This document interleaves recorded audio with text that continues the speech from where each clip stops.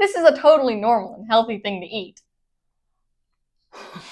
Taco versus Burrito is a fun family game. You can play this from 2 to 4 players. We played it with 3. It was really fun with 3. And we could add in another person or just the 2 of us could play. I like games for our family that only 2 people can play because sometimes all I can find is one other person who wants to play. And also it's fun if we play a bunch of different games and everyone plays something different and then the winner moves on in ranking. So we do a kind of a family Olympics with games that way. The title is a bit of a red herring because actually it is both a taco and a burrito. This game is really cute. Each of the cards are a different kind of disgusting food. Totally unexpected, gross, disgusting cards like gummy bears, hot yogurt, and my favorite, of course, mustache hair. Nobody would ever actually want mustache hair in their tacos or burritos, or at least I wouldn't. So because of how cute the cards are and the disgustingness of it, it really gives it a new twist to a game that you've probably played before. It's a little like Exploding Kittens in that there are nope cards, of course called something different in this game. And just like an Exploding Kitten, the health inspector can come and shut down everything. Instead of losing the game, you just lose your hand. which effectively makes you lose the game. Unless it's early in the game. These cards are really nice, thick quality. So even if you're playing rough with them, they're not going to easily bend up. Wow, they are very strong.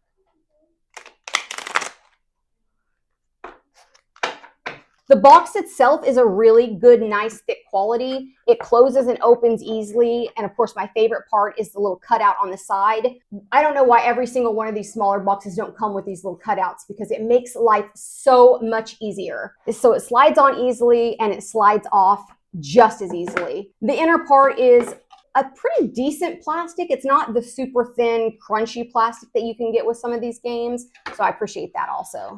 I think this game could be for pretty much any child who likes to play card games. The one great thing about it is that the individual cards have the number on them. At the end, you tally up your score and the person with the highest score wins. So even if you can't necessarily read what's on the card, you can see the number and we can help you add it up. Yeah, any kid who knows plus and minus mean is fine to play.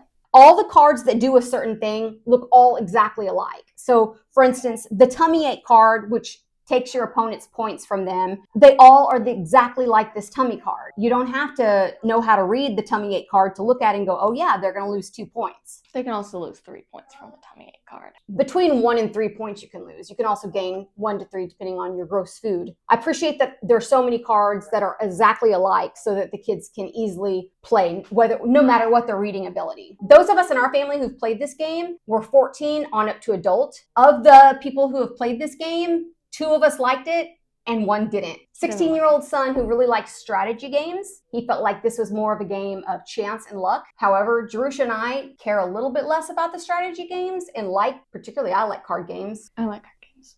And I like games that are easy to understand and are quick to play. And to me, that hits both boxes for us. Found that the food fight card it felt a little bit odd and kind of out of place because it functions like war, but you only get one of the riches. So I never found myself playing any of the cards. I usually just discarded them.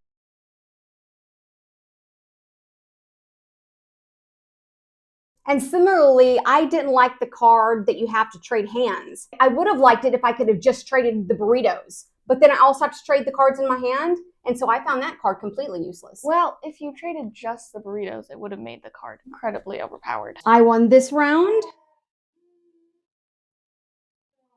She did not. Here's something we started doing to make it easier for us and the people playing with us to calculate. When we get a -2, we set it aside with our positive card, and that way we know we don't have to try to calculate how many points we have in our total score. And that would make it so much easier if you're playing with children to just have them separated out. It'll make them be able to calculate a lot quicker. Cleanup for this game is quick and easy. All you have to do is pick up the cards, put them into the box, pick up the game pieces, and you are done.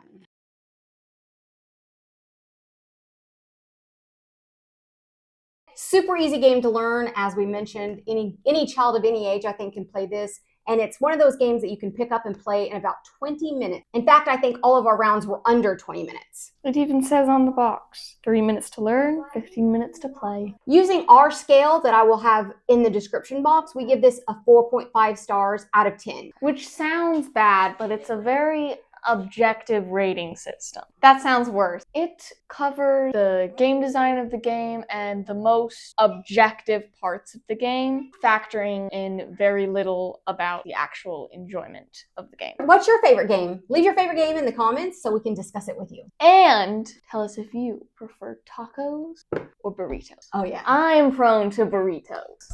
Okay. We'll have this game linked for you in the description so you can buy it. I think this is a game that any family would enjoy, especially if you've got some younger kids.